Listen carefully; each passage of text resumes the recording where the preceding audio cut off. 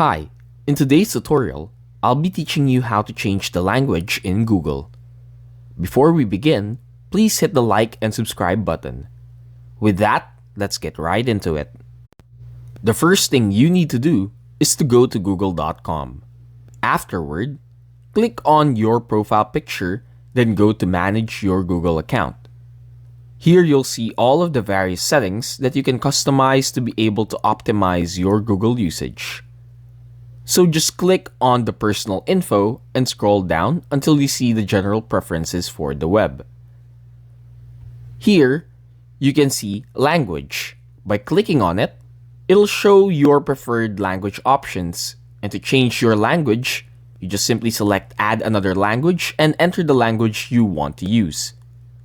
Then to make this new selected language your first language, just click the arrow button like so. Then if you want, you can also remove the previous language by clicking on the garbage bin icon. To check, simply go to your Google account. And that's it. I hope you learned something from this video and hopefully we were able to help you out.